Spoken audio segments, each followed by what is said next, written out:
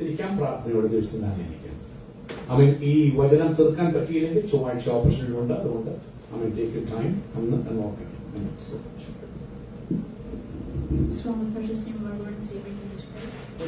ഏവർക്കും വീണ്ടും വരുന്ന കർത്താവായ യേശുക്രിസ്തുവിന്റെ ധന്യനാമത്തിൽ സ്നേഹവന്ദനം. I'm working with a time crunch right now, so I pray that the Holy Spirit may still communicate the message that we all need to hear.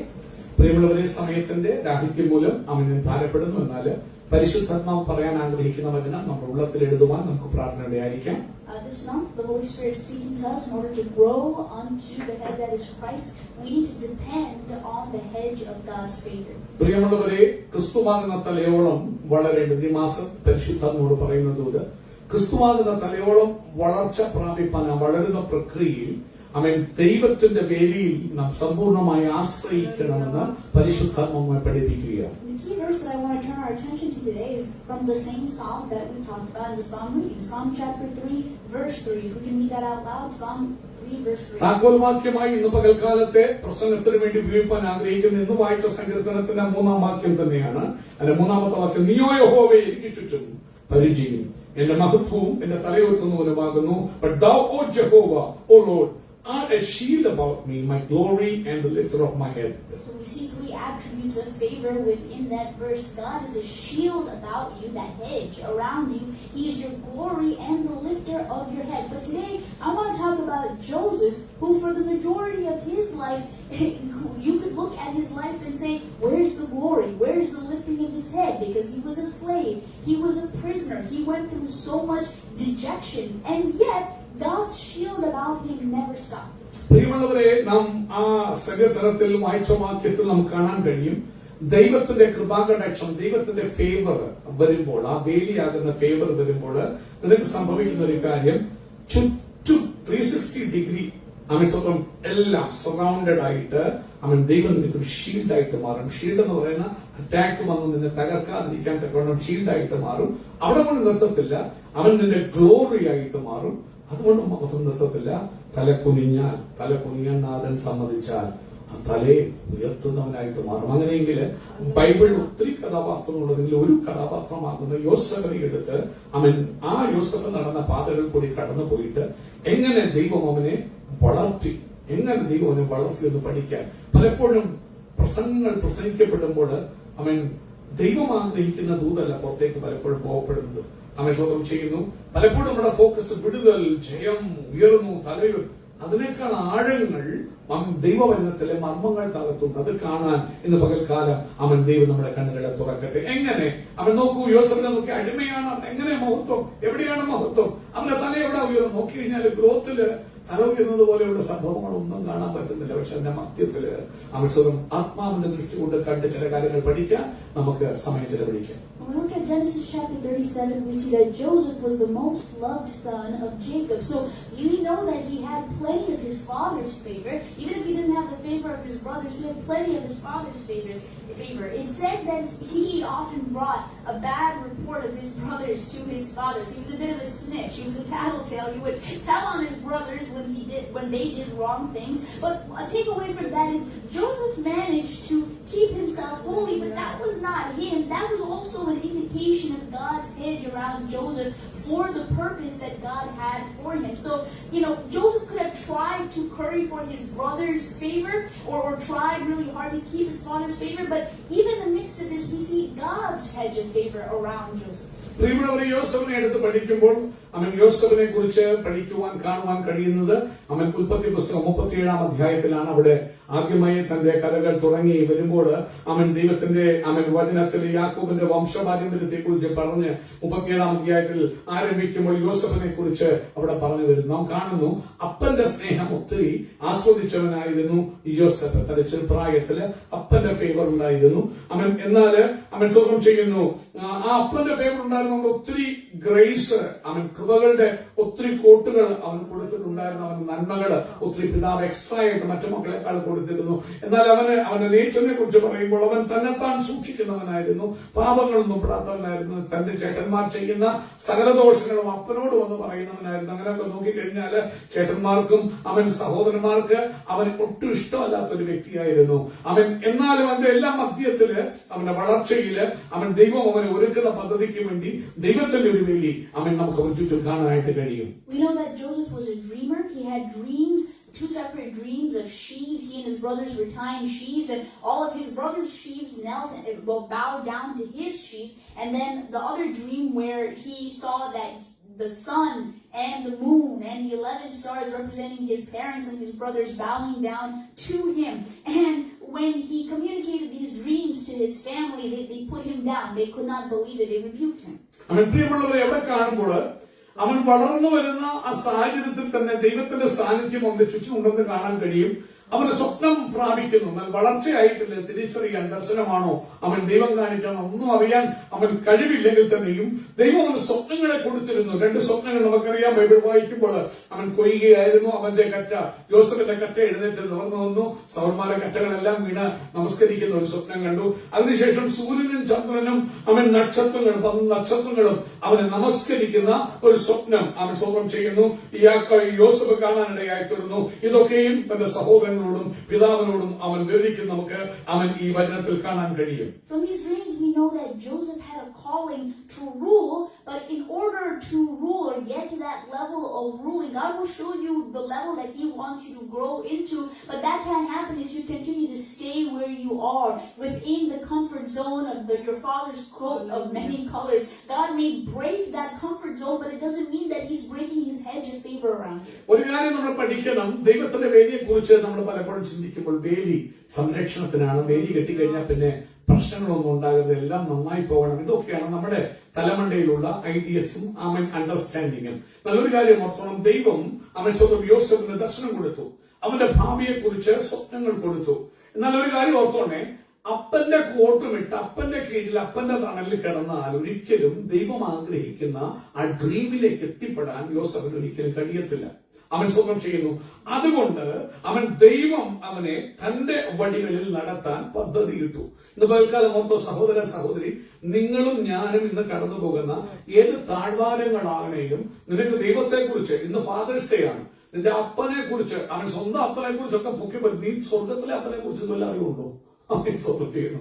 ചെറിയ പ്രശ്നം വരുമ്പോഴേ നീ അപ്സെറ്റ് ആയിട്ട് അപ്പനോടും ദേഷ്യപ്പെട്ട ആരാധനയ്ക്കും പോകുന്നില്ലെന്ന് പറഞ്ഞ് നീ മാറിയിരിക്കുമ്പോ അപ്പനെ കുറിച്ച് നീ പഠിക്കണം. തിരിച്ചറിവാണെങ്കിൽ വചനം ആത്മാവ് പഠിപ്പിക്കുന്ന വരം നോക്കണം. നോക്കൂ, യോസഫിന് സ്വപ്നങ്ങൾ കൊടുത്തെങ്കിലും അപ്പന്റെ പലവർണ്ണമുള്ള കോട്ട് വിട്ട് അപ്പന്റെ അവൻ സൂട്ടും ചെരിപ്പും ഒക്കെ ഇട്ട് അപ്പന്റെ കെട്ടിപ്പിടിക്കലും ഉമ്മയൊക്കെ കൊടുത്ത് വീട്ടിനകത്ത് കംഫോർട്ട് സോണിനകത്ത് കിടന്നാൽ ഒരിക്കലും ദൈവത്തിന്റെ പദ്ധതിയാകുന്ന ആ ഡ്രീമിലേക്ക് എത്താൻ കഴിവില്ലെന്ന് ആർക്കറിയാന്നറിയാം? അപ്പനറിയാം. ഇന്ന് പകൽക്കാലം നിനക്കെതിരെ ഇന്ന് നീ കടന്നു പോകുന്ന ഓരോ പ്രതിസന്ധികളും നിന്നിലെ ചില ദൈവിക പദ്ധതികളിലേക്ക് നിന്നെ ഒരുക്കാൻ നാഥൻ അനുവദിക്കുന്ന താഴ്വാരങ്ങളാണ്. അത് വേലി പൊളിച്ചെന്നല്ല എന്റെ അർത്ഥം.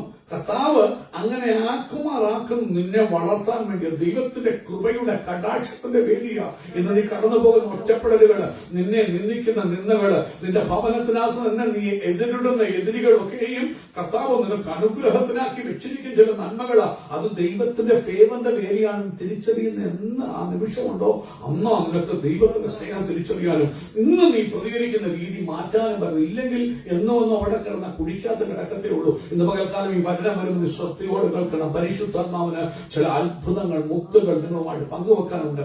നിങ്ങളുടെ അണ്ടർസ്റ്റാൻഡിങ്, എന്റെ അണ്ടർസ്റ്റാൻഡിങ്, വേലി എന്ന് പറഞ്ഞാല് അയ്യോ പൊളിക്കല്ലേ, ആ വേലി പൊളിച്ചാൽ വന്ന് പറിച്ചു കളയല്ലേ, അവൻ പന്നി വന്ന് മാന്തല്ലേ അവൻ. അപ്പൊ നമ്മുടെ ഫേവറിന്റെ വേലി എന്ന് ഉദ്ദേശിക്കുന്നത് ഒരു കേടുമില്ലാതെ കോസിയായിട്ടിരിക്കുന്ന പരിപാടി. അങ്ങനെയല്ല. ദൈവത്തിന്റെ ഫേവറിന്റെ വേലി എന്ന് പറഞ്ഞാല് നിങ്ങളുടെ ചിന്തകൾക്കും അണ്ടർസ്റ്റാൻഡിങ്ങിനും അങ്ങേപ്പുറത്താണ് ഓർത്തോണം. കൂടാതെ നഗസ്യ എന്ന് പകൽക്കാലം അതുകൊണ്ട് പറ കർത്താവേ അവൻ സഹോദരൻ ഇന്ന് അവൻ പകല് അവൻ ഈ ദിവസങ്ങളില് ദൈവസംരക്ഷണത്തിന്റെ വേദിയെ കുറിച്ച് ആഴമേറിയ ദർശനം പ്രാപിപ്പാൻ മാത്രമല്ല ഇത് ഫാദേഴ്സ് ഡേ ആയതുകൊണ്ട് അപ്പന് മക്കളോട് ദയ അവൻ ഫേവർ തോന്നുന്നത് പോലെ യഹോവയ്ക്ക് തന്റെ വിശുദ്ധന്മാരോട് ഫേവർ ആകുന്ന വേലി ഉണ്ടാകുന്നുവെന്ന് വിശ്വസിക്കാൻ ഇന്ന് പകൽ ഈ ഫാദേഴ്സ് ഡേ നിന്നെ കൊണ്ട് കഴിയണം. നിങ്ങൾക്ക് നിങ്ങളെ കുറിച്ച് അറിയുന്നതിനേക്കാൾ ഉപരി സ്വർഗത്തെ നിങ്ങളുടെ അപ്പൻ നിങ്ങളെ കുറിച്ച് അറിയാമെന്ന് പറയത്താവേ ആ ഫേവറിന്റെ വേലി കാണാൻ എന്റെ അകക്കണ്ണുകളെ തുറക്കണമേ. പലപ്പോഴും പുറത്തെ ആരാമ്യ സൈന്യം മാത്രമേ നീ കാണുന്നുള്ളൂ, അങ്ങേപ്പുറത്തുള്ള ദൈവത്തിന്റെ ഫേവറിന്റെ സംരക്ഷണം കാണാൻ നിന്നെ കൊണ്ട് കഴിയുന്നില്ല. ഇന്ന് ഈ വചനം കേൾക്കുമ്പോൾ കർത്താവിന്റെ ആത്മാവ് നിങ്ങളെ ഒരുക്കാൻ വേണ്ടി ഏൽപ്പിച്ചു കൊടുക്കാം. And we know that the hedge of God's favor is not totally broken because there may be discomfort, but He will not allow you to be destroyed. I think of an eagle teaching its young to fly. It will break apart the nest, right? And the young might think, why are you breaking apart my hedge of protection? But the nest was never the hedge of protection. It was the eagle's wings that carries it even when it is falling.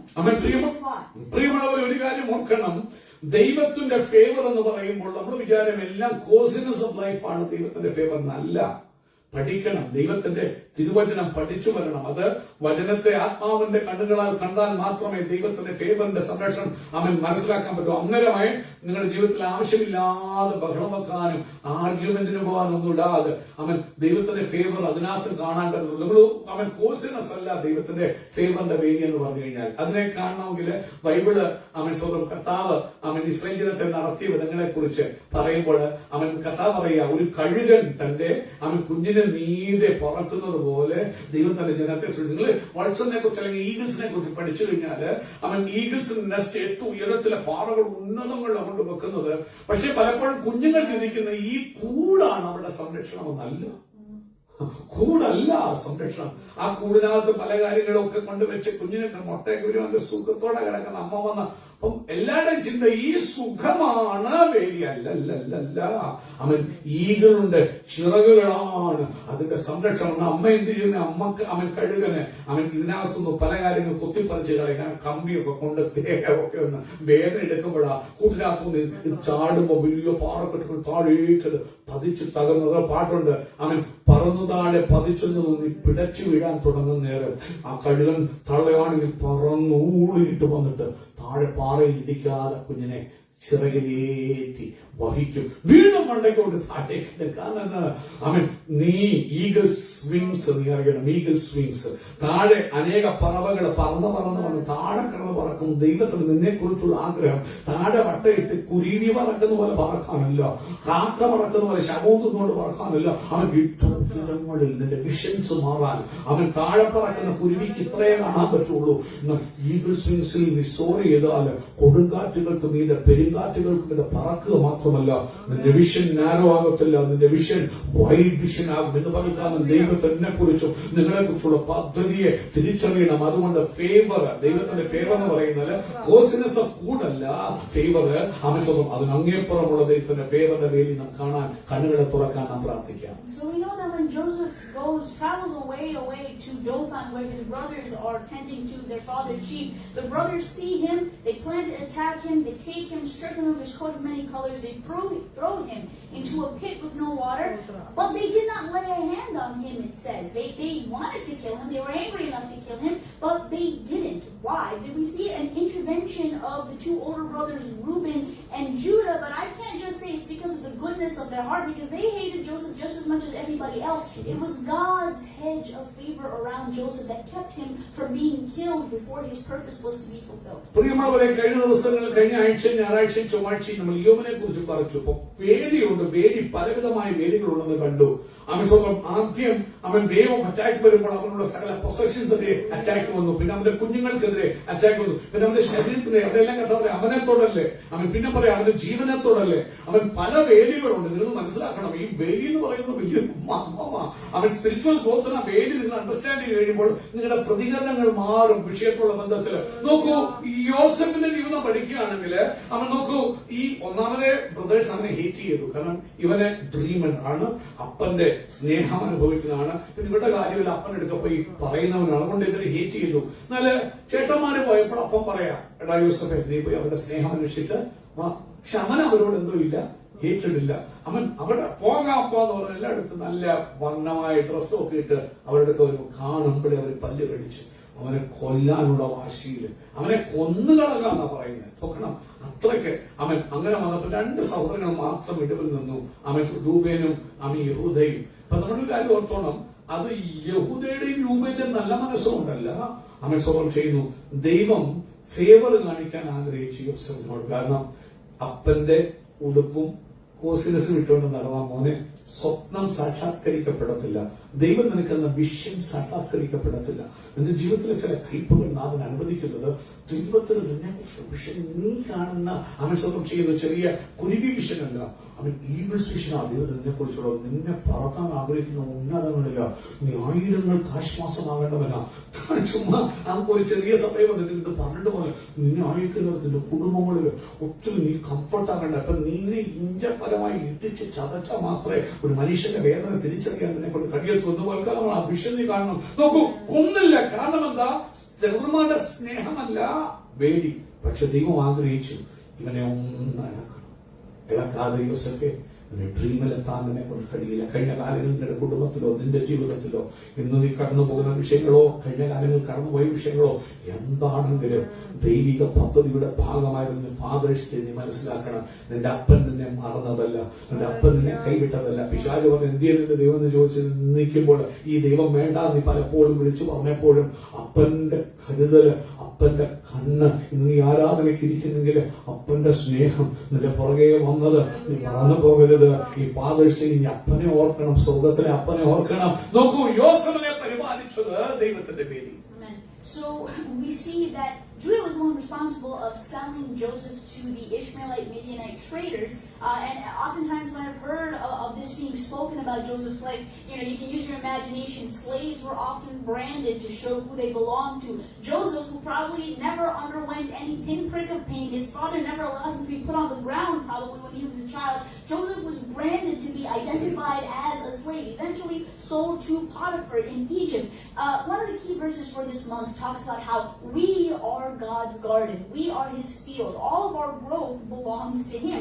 So when His hedge of favor is around us, it shows to the outside that we belong to Him and that we are His property. So intruders, trespassers, predators, pests are kept out by His hedge of protection because our growth belongs to Him. So even here, when the Ishmaelites are branding Joseph as a slave, even when he's put up for auction in Egypt, no matter now he's the property of Potiphar. It doesn't matter. He was always God's growth because God's hedge of favor was still around Joseph, even when he was far away from home, far away from his father's embrace, even when he was in a foreign land, he still belonged to God. ഇത് പലക്കാലം ഓർക്കണം, ദൈവത്തിന്റെ വേലിയെ കുറിച്ച് ആഴമേറിയ ദർശനം നിങ്ങൾക്ക് മനസ്സിലാകട്ടെ. നോക്കൂ, അവൻ ആദ്യം അവനെ പിടിച്ചു കൊല്ലാൻ പറഞ്ഞു. 2 സഹോദരൻ കൊല്ലണ്ട സഹോദരൻ അവന്റെ വസ്ത്രമെല്ലാം വലിച്ചുരിഞ്ഞു, അവനെ അടിച്ചു ഉപദ്രവിച്ചു, പൊട്ടക്കിണലിൽ അവരെ പിടിച്ചിട്ടു. അതിനുശേഷം രൂപൻ പോകുന്നു. അവൻ രൂപന്റെ പദ്ധതി എങ്ങനെയെങ്കിലും അവനെ രക്ഷിച്ച് അപ്പന്റെ അടുക്കൽ എത്തിക്കണമെന്നായിരുന്നു. എന്നാൽ രൂപൻ പോയപ്പോൾ സഹോദരങ്ങളെ കൂടെ പോകുന്ന ഇഷ്മേലിയ കച്ചവടക്കാർ പോകുന്നു. അതുവഴി ഉടനെ യൂദ പറഞ്ഞ അവനെ പിടിച്ച് വിറ്റേക്കാം. അവരതിൽ നിന്ന് വലിച്ചു കയറ്റി അവനെ ഒരു അടിമയായിട്ട് അവൻ വിൽക്കുകയാണ് 20 വെള്ളിക്കാശിന്. ശ്രദ്ധിക്കണമേ, അടിമയായിട്ട് വിൽക്കുമ്പോൾ അവൻ സ്വന്തം ഏത് അടിമ ആരുടേതാണെന്ന് കാണാൻ വേണ്ടി അവര് സീല്, അത് ചുട്ടുപഴിപ്പിച്ച കമ്പി ദേഹത്തെ വെച്ചാണ് അവൻ സ്വന്തം അവൻ ആരുടെ പ്രോപ്പർട്ടിയാണ് വെക്കുന്ന സീല് വെക്കുന്നത്. അവൻ നിങ്ങൾ കഴിയ കാലത്തെ അവൻ അടിമ കച്ചവടമൊക്കെ ഒന്ന് വായിച്ചു നോക്കണം. നോക്കൂ, ഒരു മുള്ളു പോലും കൊള്ളാൻ സമ്മതിക്കാത്ത, കാരണം താൻ സ്നേഹിച്ച റാഹേലിന്റെ അവൻ റേച്ചലിന്റെ മോന, അവൻ കണ്ണിന് പുല്ലുപോലെ അപ്പൻ സ്നേഹിക്കുന്ന ഒരു മോന, അവന് ഡ്രസ്സുകൾ എല്ലാം ഒരു മുള്ളു പോലും കൊണ്ട് ഒരു കൊതുപോലും കടിച്ചു വേദനിക്കാത്തവനാണ് ഇതുവരെ യോസേഫ്. ശ്രദ്ധിക്കണം, വന്ന് വീഴുന്ന അടി ഉപദ്രവം പൊട്ടക്കിണർ അവിടുന്ന് വലിച്ചു കയറ്റി അടിമക്കൾക്ക് വിൽക്കുന്നു. നിലവിളി കേൾക്കാതെ അവന്റെ ദേഹത്തെ ചുറ്റുപഴുത്ത ആ കമ്പി വെച്ച് അവർ അടയാളങ്ങൾ വെക്കുമ്പോൾ എന്റെ അവസാനം അവനെ കൊട്ടപ്പുറത്തിരിച്ചുകൊണ്ടല്ല മിസ്രൈമിലോട്ട് കൊണ്ടുവന്നത്. ചുട്ടുപഴുത്ത ഡെസേർട്ടിൽ കൂടി അവനെ വലിച്ചൊഴിച്ചുകൊണ്ട് പോകുമ്പോൾ ഷൂവും കൂട്ടമുണ്ടല്ലോ അവനെ നടത്തുന്നത്. ആ വേദനയുടെ ആഴങ്ങളിൽ നിന്ന് നോക്കണം. പക്ഷെ ബൈബിൾ പറയുക, അതെല്ലാം അവനെ പൊത്തിഫറിന്റെ അടുക്കൽ പോയി അവനെ വിറ്റ് അടിമയായിട്ട് വിറ്റ് പൊത്തിഫറിന്റെ അടുക്കൽ പോകുമ്പോഴും അവൻ ഓർത്തോണം, അത് ആർക്ക് കോംപ്രഹെൻഡ് ചെയ്യാൻ പറ്റും? നിങ്ങൾക്ക് ചിന്തിക്കാൻ പോലും പറ്റുമോ? അതിന്റെ എല്ലാ മധ്യത്തിൽ നമ്മുടെ സങ്കീർത്തനം 81 സംഘത്തിൽ പാടുമ്പോൾ അവൻ യോസേഫിന്റെ സാക്ഷ്യത്തെ കുറിച്ച് പറയുന്ന ഒരു ഭാഗമുണ്ട്. ഇതിന്റെ എല്ലാ മധ്യത്തില് അവൻ കാഹളമോദാൻ ആരാധിക്കാൻ പഠിപ്പിച്ചു. അതാണ് കർത്താവിന്റെ മേശയിലെ എല്ലാറ്റിനായും സ്തോത്രം ചെയ്യുകയും. ഹല്ലേലൂയ. അവൻ ഇന്ന് പകൽക്കാലം അതുകൊണ്ട് ബൈബിൾ നമ്മെ പഠിപ്പിക്കുന്ന ഒരു കാര്യം, യോസേഫ് പ്രൈസ് ചെയ്യാൻ പഠിച്ചു. അവൻ ഈ ഫേവർ വേലി കണ്ടില്ലെങ്കിൽ, ഫേവർ വേലി ഇല്ലെങ്കിൽ നമ്മൾ കർത്താവിനെ curse ചെയ്യും. ഭാര്യ വന്ന് യോബിനോട് പറയാ, curse God and die. ഈ ലോകത്തിന് അതേ പറയാനുള്ളൂ. പക്ഷെ യോബ് പറയാ, അത് യോബനെ എടുക്കൊണ്ടല്ല, അവൻ ദൈവത്തിന്റെ കയ്യിൽ നിന്ന് നന്മ നമ്മള് പ്രാപിക്കുന്നു, തിന്മയും പ്രാപിക്കരുത്. യോബല്ല പറഞ്ഞത്, ഫേവർ ഓഫ് ഗോഡ്. ഉഷണപരവ പുറകെ വലിച്ച് തകർച്ചകളുടെ നെല്ലിപ്പലകൾ കാണുമ്പോഴും യോസഫിനെ പ്രേസ് ചെയ്യാൻ ഇടയാക്കിയെന്നാണ് ദൈവത്തിന്റെ ഫേവർ. അത് ബൈബിൾ പറയുന്നുണ്ട്, യഹോവ അവനോട് കൂടെ. കാണാൻ പറ്റുന്നില്ല ദൈവത്തെ. ഇന്ന് അവൻ പ്രിയ സഹോദര സഹോദരി കുഞ്ഞെ, ഇവിടെ നീ ആരാധിക്കാൻ ഇരിക്കുന്നെങ്കിൽ നീ നിന്നതല്ല. കർത്താവ് നിന്നോട് കൊണ്ടുണ്ട് എന്നെ കത്തിച്ച് കളയാൻ, ചാമ്പലാക്കാൻ, നിന്നെ 6 അടി മണ്ണിന് കീഴിലാക്കാൻ, ഇല്ലെങ്കിൽ ദേശത്തിൽ പത്രങ്ങളിൽ വാർത്തയാക്കാൻ പിശാചുകൾക്ക് തന്ത്രങ്ങളെ മനസ്സിൽ കുലുക്കി മുറുക്കിയപ്പോൾ അവൻ പക്ഷി അവൻ സ്വന്തം വേട്ടക്കാരന്റെ കണിയിൽ നിന്ന് വഴുതി പോകുന്ന പോലെ നിന്റെ പ്രാണൻ രക്ഷപ്പെട്ടു പോകുന്നതല്ലേ. പാമ്പ് വലിയുന്ന പോലെ പൈത്തം തന്നെ വലിഞ്ഞു വിഴുങ്ങാൻ പായ തുറക്കുമ്പോൾ തെന്നി സ്ലിപ്പ് ചെയ്ത് പോകുന്നത് ദൈവത്തിന്റെ ഫേവർ അല്ലേ. പകൽക്കാലം വേദനകളുടെ നിലപ്പിലുകൾ നീ കണ്ടു, തകർച്ചകളുടെ വേദനകളുടെ പറഞ്ഞറിയിക്കാൻ കഴിയുന്ന കാഠിന്യം കണ്ടു. പക്ഷെ അതിന്റെ മധ്യത്തിൽ ദൈവത്തിന്റെ ഫേവർ ഉള്ളത് കൊണ്ടായി ഇന്ന് പകൽ നീ ആരാധനിക്കുമെന്ന് നീ വചനം കേൾക്കുന്നത്. അത് ഫേവർ എന്ന് കാണുമ്പോൾ പട്ടണത്തെയാണ് വിചാരിക്കരുത്. ഫേവർ എന്ന് കാണുമ്പോൾ ചില താഴ്വരകളും ദൈവത്തിന് മുന്നോട്ടുള്ള ഫേവർ ആണെന്ന് മനസ്സിലാക്കണം. And I'm going to close my words here for lack of time. If God allows, I hope to continue this at another time. But there's so much more to glean from Joseph's life. We see that even the next eras and chapters of his life, there doesn't seem to be any indication of glory. He is disrespected. He is falsely accused. He is falsely incarcerated. He spends time in prison like he's done something wrong, but he hasn't. Even there, God's hand is with him. Wherever he goes, God's favor is shown upon him, because wherever he goes, there's success. When he goes to Potiphar's house, there's success. When he goes to the prison, there's success.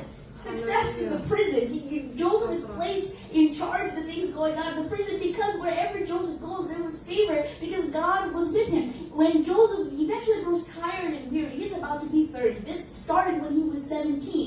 When he tries to obtain a little bit of favor from the butler whose dream that he interpreted, God closed that door as well, because God knows when to open up the right doors of favor for you. You don't need to rely on the help of the people that you've helped before, and don't take it personally against them as well, because nothing can move in your favor unless God allows it to happen, and he knows the right timing to make it happen for you. Because what is he looking for in you? For you to grow unto Christ. What does that look like? Pharaoh eventually testifies of Joseph. Who else is there where the Spirit of God is so evident? The Spirit of God was so witnessable in Joseph, because he grew in these circumstances, through the suffering, through the pain, because God's hedge of favor was around him.